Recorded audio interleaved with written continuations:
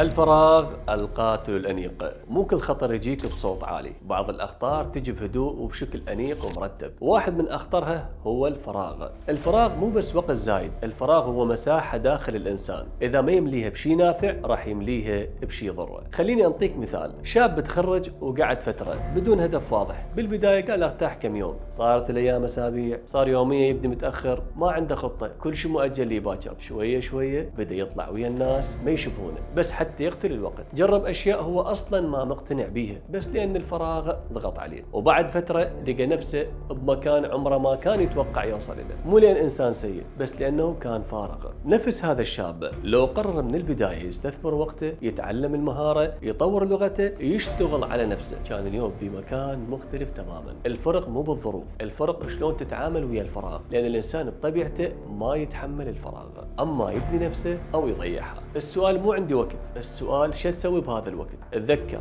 الفراغ مو راحة، الفراغ امتحان، يا تنجح بيه يا تخسر وتخسر وياك نفسك. أودعناكم.